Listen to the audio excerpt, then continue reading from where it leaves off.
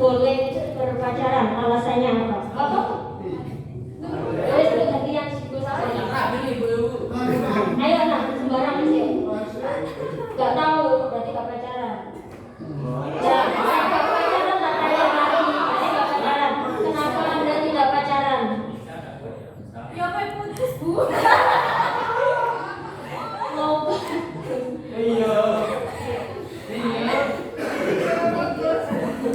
Oke ya, kita masuk ke materi. Kasus pernikahan dini di Indonesia itu cukup memprihatinkan. Apalagi di sekarang masa COVID 2 tahun terakhir ini ada pelonjakan penambahan angka pernikahan dini. Menurut UNICEF, data dari UNICEF pada tahun 2013, Indonesia menjadi negara dengan angka perkawinan anak tertinggi ke-7 di dunia. Nah, kemudian menurut survei Sosial Ekonomi Nasional atau Susenas di tahun 2015 itu sebanyak 1 dari 4 anak perempuan di bawah usia 18 tahun pernah menikah. Ini data yang bicara bukan saya menyampaikan aja ya. Kemudian berdasarkan data dari Badan Pusat Statistik tahun 2020 itu jumlah pernikahan dini sebanyak 10,82%. Nah, kemudian di tahun 2020 itu 10,18%. Nah, dari data ini kita bisa melihat bahwa angka pernikahan dini di Indonesia itu masih cukup tinggi. Faktor apa yang sering berkaitan dengan pernikahan dini? Ya, yang pertama adalah faktor ekonomi.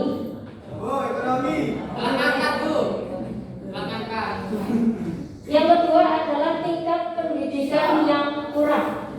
Nah, bisa jadi di sini di usia SMP atau SMA itu dia sudah bosan sekolah, akhirnya rabi. Nah, yang ketiga adalah faktor adat, lingkungan. Karena di daerahnya sudah membudaya bahwa anak yang sudah lulus SMP atau SMA itu sudah dinikahkan, bahkan masih dalam kondisi sekolah karena nggak ada biaya di situ. Kemudian yang ketiga adalah pengaruh dari media sosial. Konjolnya Rabi mau pengen karena mengejar keinginan teman-temannya yang sudah pada menikah. Nah, undang-undangnya menurut Undang-Undang Perkawinan nomor 1 tahun 1974, apa sih pernikahan itu? Pernikahan adalah ikatan batin antara seorang laki-laki dengan seorang perempuan ya, yang diikat sebagai suami istri dengan tujuan untuk membentuk keluarga yang bahagia ya, dan kekal berdasarkan ketuhanan yang Maha Esa. Ini adalah pengertian pernikahan itu seperti apa. Oke, kemudian batas umurnya. Kenapa kok ada tadi pernikahan dini? Dikatakan pernikahan dini karena memang dia belum mencapai batas minimal usia yang sudah ditetapkan. Batas usianya untuk laki-laki ini adalah 19 tahun.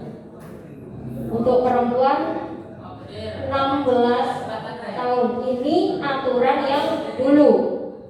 Nah, di tahun 2019 itu ada revisi Undang-Undang nomor 16 tahun 2019, yaitu batas usia pernikahan laki-laki dan perempuan tahun adalah 19 tahun. Kalian usia berapa? 17. 18. Berarti belum nyampe. Ada yang 19? 19. Jadi batasan usianya adalah 19 tahun. Kalau kalian masih 17, 18, berarti itu masuk ke dalam pernikahan dini ketika melangsungkan pernikahan. Nah, siapa remaja itu? Kalian masuk remaja apa sudah dewasa? Remaja. Ya, remaja adalah individu yang sedang berada pada masa peralihan, yaitu dari masa anak-anak ke masa dewasa. Jadi di tengah-tengahnya. Oke. Dan di masa remaja ini ditandai dengan perkembangan yang sangat pesat antara aspek psikis, psikologis, dan fisiknya. Perkembangannya sangat cepat. Kemudian di masa-masa remaja ini juga sering mengalami krisis identitas dalam pencarian jati diri. Maksudnya gimana? Kalian masih sering bimbang, ya enggak? Masih sering bingung, aku nanti mau jadi apa ya? Cita-citaku mau jadi apa? Saya nanti nikah usia berapa? Saya di sini ngapain? Aku habis lulus mau kemana? Nah, pergaulan, pertemanan itu juga mempengaruhi pencarian jati diri tersebut. Kalau lingkungannya baik, dia juga akan menjadi orang yang baik. Kalau lingkungannya anaknya kurang baik, ya dia secara otomatis juga akan mengikuti arus dari pergaulan tersebut. Itu pengertian dari remaja. Sekarang saya berpindah kepada apa sih keluarga itu. Jadi keluarga di sini adalah kumpulan masyarakat terkecil yang terdiri dari ayah, ibu, anak, kakak, adik, kakek, nenek. Nah, ya, rumah tangga yang bahagia bagaimana? Yaitu keluarga yang tenang, tentram, rukun, damai, dan bahagia. Nah, dalam keluarga itu harus terjalin hubungan yang mesra dan juga harmonis antara semua anggota keluarga. Ini hakikat dari keluarga itu seperti apa? Jadi nggak hanya nikah sepernikahan dok, karena aku cinta dong, aku nggak bisa cinta ke dia. Jadi harus ada tujuannya. Nah, tadi saya bilang keharmonisan. Untuk menciptakan keharmonisan itu harus ada 3 aspek, yaitu ada keserasian, ada keselarasan, dan keseimbangan antara kedua belah pihak. Sehingga itu nanti akan terjalin keluarga yang harmonis. Pernikahan usia muda, ya. Pernikahan adalah sebuah komitmen moral yang mengikat lawan jenis dalam satu ikatan keluarga. Nah, pernikahan yang dinilai itu bukan untuk penyaluran kebutuhan biologis, tetapi menjadi media aktualisasi ketakwaan. Kalau hanya untuk menyalurkan kebutuhan biologis, ayam ketemu pitik jago, ketemu babon, ya sudah, dia kan melakukan penyaluran kebutuhan biologisnya tanpa ada ikatan pernikahan. Nah, pernikahan di sini adalah media aktualisasi ketakwaan hamba kepada Allahnya, sehingga rumah tangga itu akan bahagia, tentram, yang mendapatkan keberkahan dan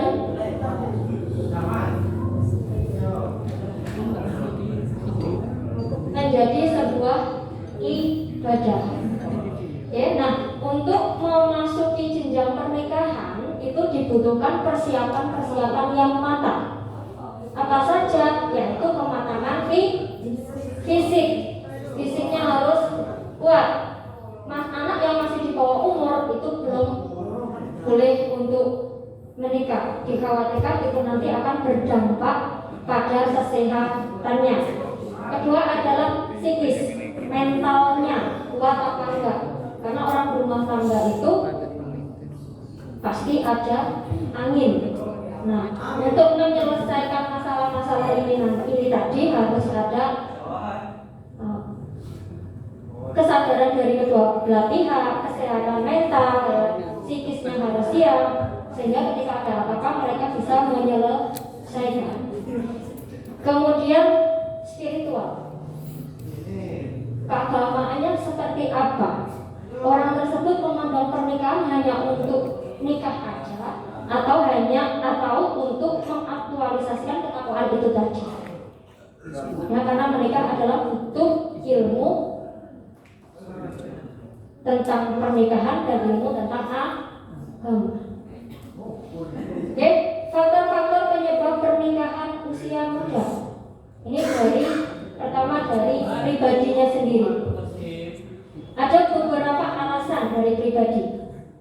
Yang saya tulis benar apa enggak ini? Paling kalian juga merasakan hal ini. Ya, yang pertama adalah agar bisa menjauh dari orang tua dan mendapatkan kebebasan.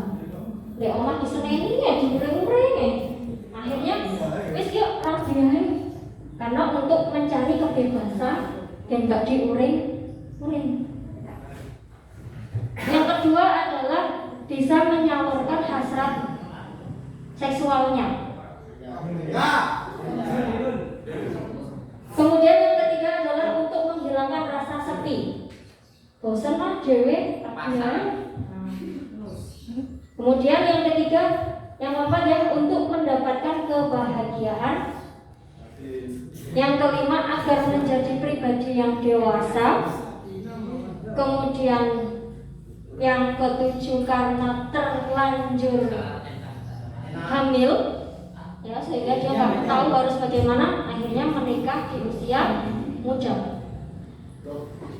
Kemudian yang keenam, karena saling mencintai, dan yang terakhir untuk mendapatkan kesejahteraan finansial yang lebih baik. Karena di nomor terakhir ini mungkin faktornya ekonomi keluarga kurang, sehingga imbang sekolah biaya mahal, ini sekolah adik-adik dan lain sebagainya, dia sama orang yang lebih mapan, mungkin nanti finansialnya akan lebih tertata. Nah, ini adalah faktor-faktor penyebab pernikahan usia muda yang salah.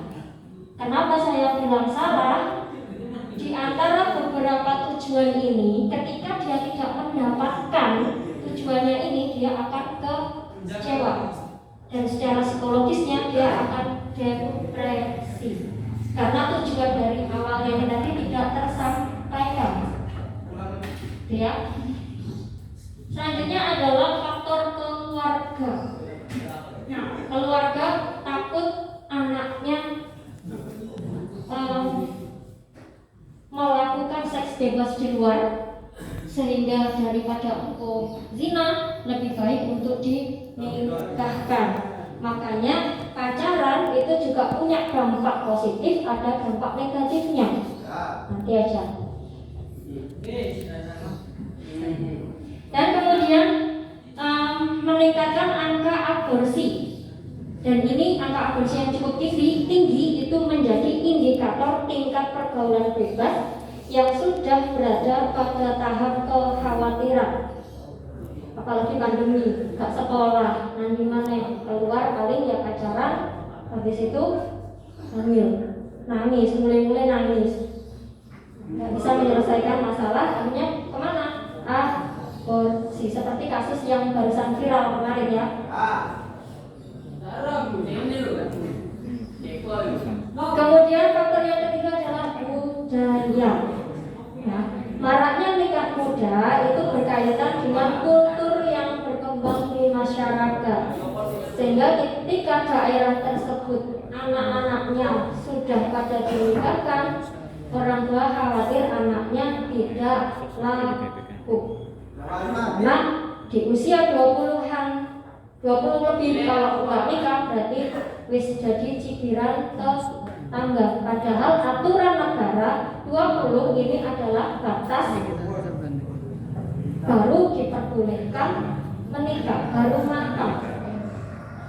Nah, selanjutnya adalah pendidikan. Nah, sebagian orang tua ini masih belum paham pentingnya pendidikan, sehingga mereka memaksa anak-anaknya untuk menikah di usia muda.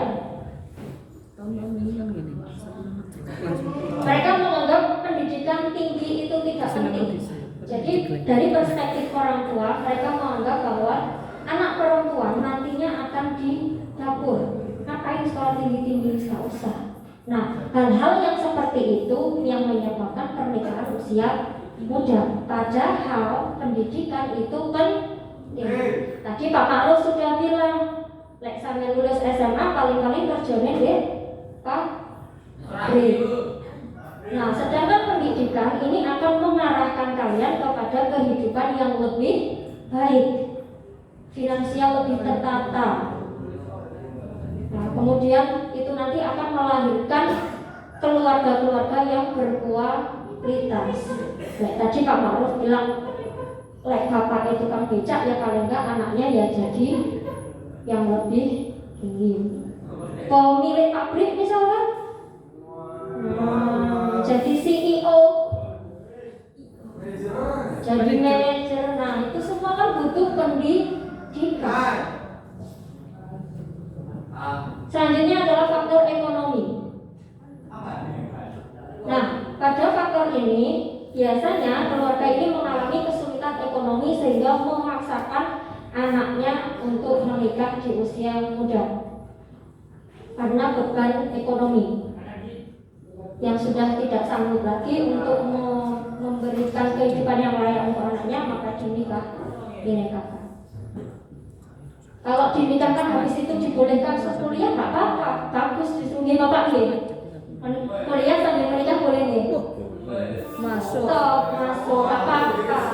Tapi lek menikah tok terus gak kuliah, ya ini yang memang 19 tahun lulus dulu.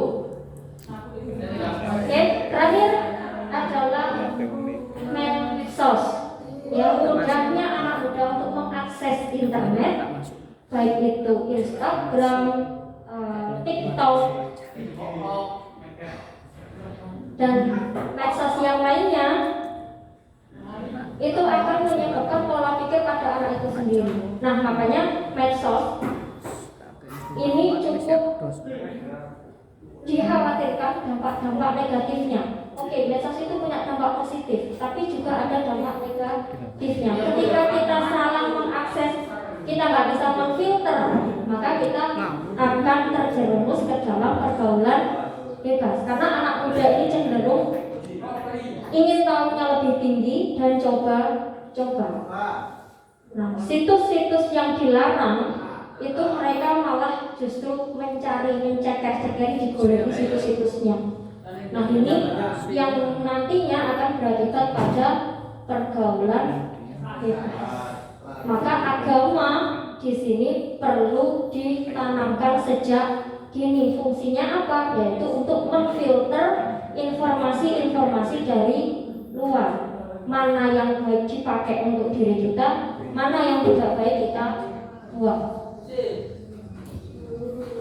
Oke, itu beberapa faktornya. Kemudian dampaknya apa ketika kita melakukan pernikahan usia dini, yaitu berdampak pada kesehatan, ya, psikologis, dan juga sosialnya. Kok usia SMP wis nikah? Nah, itu nanti akan menjadi sebuah pertanyaan di lingkungan masyarakat. Jangan-jangan ada di sini. Nah, menghindari hal-hal yang seperti itu. Oke. Dampaknya yang pertama adalah tingginya angka kematian ibu dan anak karena ada gangguan kesehatan. Perempuan ketika datang bulan yang pertama itu memang dia sudah bisa mereproduksi, ya, sudah bisa hamil. Tapi kehamilannya ini rawan. Kenapa? Karena reproduksinya belum kuat. Harus ada jangka waktu tertentu sehingga perempuan itu siap untuk mengandung dan melahirkan anak yang sehat. Ya. Yang kedua adalah penyakit HIV. Penyakitnya banyak ya, ada HIV, ada kanker leher rahim. Karena memang pada dasarnya sel-selnya reproduksi belum kuat, kemudian dia dipaksa untuk pembuahan. Nah, sehingga virus atau bakteri ini mudah menempel. Nah, yang keempat adalah depresi berat. Beberapa faktor yang menyebabkan depresi. Ya, ada permasalahan yang dia tidak bisa memecahkannya, atau mungkin pacarnya tidak tanggung jawab, atau dan lain sebagainya, sehingga anak tersebut mentalnya tidak kuat sehingga depresi dan melakukan bunuh diri, atau bisa juga sampai stres gila. Banyak yang kasus demikian karena dia nggak kuat mentalnya, ditinggal pacari, hilang, di PHP, janjinya dinikahi ternyata ditinggal belayu. Ini kan juga salah satu penyebab depresi pada remaja. Selanjutnya adalah pernikahan yang tidak berkekuatan hukum. KUA itu mau menikahkan menikahkan calon pengantin ya sesuai dengan usia yang sudah ditetapkan oleh negara. Ketika di bawah itu KUA tidak berani. Nah, nanti ada beberapa alasan yang kuat sehingga nanti bisa dimintakan surat dispensasi kepada pengadilan agama, tapi alasannya harus kuat. Jadi ketika melakukan pernikahan tanpa didasari dengan hukum, itu nanti akan berdampak buruk pada rumah tangganya. Kemudian yang keenam adalah munculnya pekerja anak. Nah, seperti tadi bekerjanya di pabrik, dan di pabrik ya dek kantor jadi CEO, jadi manajer mah gak apa-apa. Disuruh usung-usung, disuruh melekan semalam sehari, semalam kan melek menjogo mesin lah yo ngeluh ya. Nah ini adalah munculnya pekerja anak karena memang dia belum bisa mengenyam pendidikan yang lebih tinggi sehingga berdampak pada pekerjaannya. Selanjutnya adalah dampaknya ada KDRT, ya, yaitu kekerasan dalam rumah tangga. Yang laki-laki tidak bisa mengontrol emosinya sehingga istrinya sering dipukuli. Nah, ini adalah dampak-dampak dari pernikahan usia ini karena dia belum siap secara ilmu pengetahuannya, psikisnya dan lain sebagainya. Kedelapan adalah konflik yang berujung perceraian. Nah, di usia-usia muda sudah menikah, nanti di usia 25, 26 sudah cerai. Kan teman-teman ya, seharusnya dia masih bisa mengembangkan potensinya, masih bisa mengejar cita-citanya, tapi sudah menjadi janda atau duda. Nah, ini yang perlu diperhatikan. Kemudian yang kesembilan, banyaknya anak terlantar karena kondisi keekonomian yang belum stabil.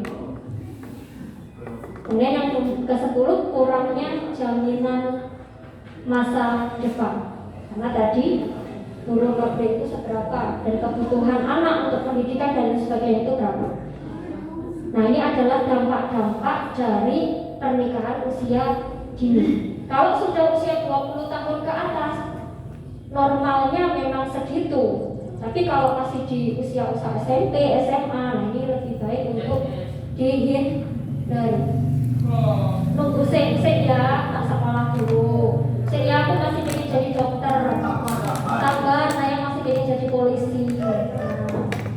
Oke, mengatasi pernikahan dini. Tadi dampaknya, sekarang cara mengatasinya.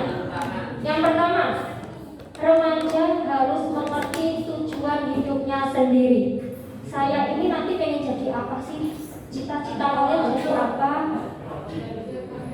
Habis ini saya langsung kuliah atau nikah atau kerja. Nah, itu kalian harus punya tujuan, sehingga arahmu nanti ketika orang berjalan itu tahu gitu jalannya, nggak sih bingungi sih apa namanya gerambiang-gerambiang. Terus saya ingin jadi dosen, silahkan monggo STIP, Uniwara, banyak beasiswa di sana. Ya. Kemudian yang kedua, mempunyai cita-cita di masa depan dan menghindari pergaulan yang salah. Pergaulan ini juga berdampak pada perkembangan psikologis anak tersebut. Kemudian berpikir terbuka. Nah, era sekarang itu adalah era digital. Semua informasi ini bisa kita dapatkan dengan mudah. Hanya saja cara kita mengambil informasi tersebut, menggunakan informasi tersebut dengan bijak itu bagaimana. Kemudian penguatan pengasuhan dalam keluarga dan masyarakat harus menciptakan lingkungan yang positif untuk remaja. Nah, ketika kalian mau pacaran,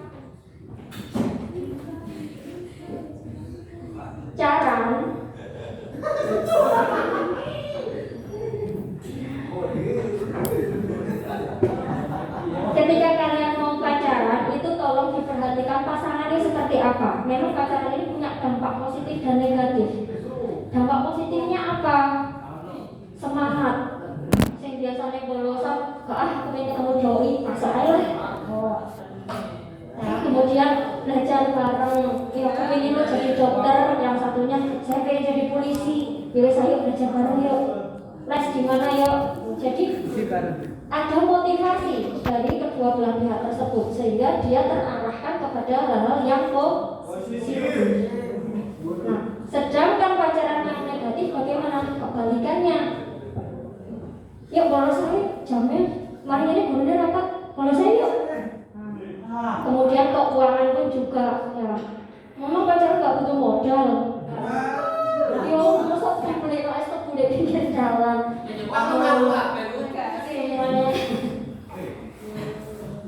Harus di konsep ya, biar nggak salah jalan. Oke, aspek-aspek yang memerlukan kedewasaan dalam membangun rumah tangga. Yang pertama adalah pendidikan dan keterampilan. Ya. Karena di sini adalah modal kalian untuk mencari finansial. Kemudian yang kedua adalah psikis dan biologis. Fisiknya siap, mentalnya siap dan sehat, dan itu akan menciptakan kedewasaan. Terakhir adalah sosial kultural, karena di situ nanti ketika kalian berumah tangga secara otomatis juga akan hidup di masyarakat. Bagaimana kalian mendapatkan tempat di masyarakat tersebut? Ya. Oke, ini adalah materi-materi tentang pernikahan dini. Kemudian nanti bisa kalian pakai ya, yang positif silahkan dipakai. Door press. Saya kembalikan ke Bapak moderator saja untuk pembukaan sesi.